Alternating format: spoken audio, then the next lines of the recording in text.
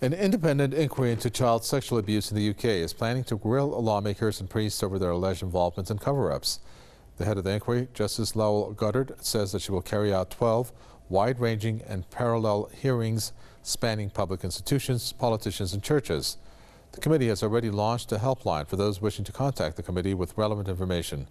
New Zealander Goddard, who took over the inquiry in July, says investigation into people of public prominence would give a voice to victims and survivors.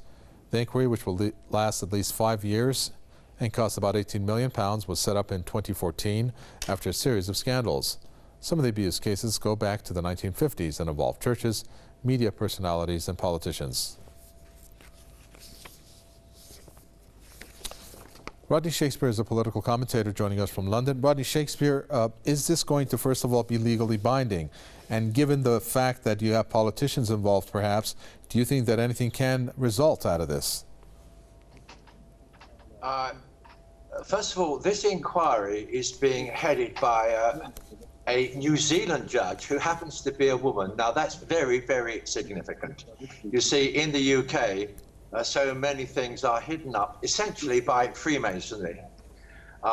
And in this particular subject, and the allegations of the Westminster sex abuse ring against abuse against children, it's rather important that you have such a person in charge of the inquiry.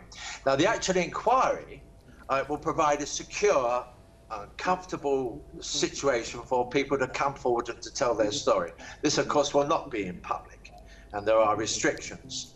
But the inquiry goes very, very wide. It goes to specific institutions, and then it has themes, for example, children's care homes, and then there are ones like the Anglican Church, the Roman Catholic Church, and the Westminster political structure. In respect to the Westminster political structure, it has to be said that over the years, dossiers and files have been sent, and then they all mysteriously disappear.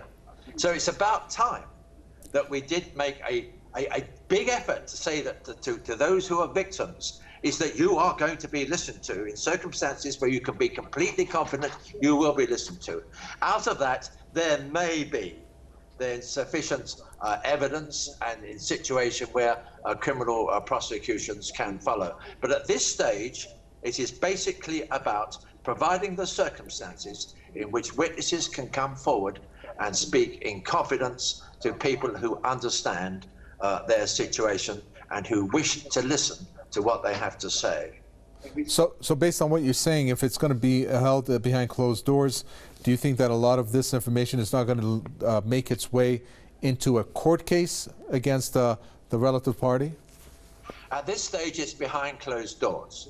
But if then there is sufficient evidence, remember that there's a distinction between those who will talk about their experiences, and then the next question is, will they in fact be prepared that their evidence goes forward? That's the further down the stage. So a lot of this will not lead to criminal prosecutions, but some of it will. But really, it's about saying to everybody, this is now a big subject which is taken seriously. Those who have been abused can feel a loss that they're being heard. And yes, in particular circumstances, there will be criminal prosecutions. But at this stage, this is purely the sort of the opening investigations and ensuring that people feel confident they can come forward and things can be quietly discussed beforehand. Thank you for that. Rodney Shakespeare, political commentator from London.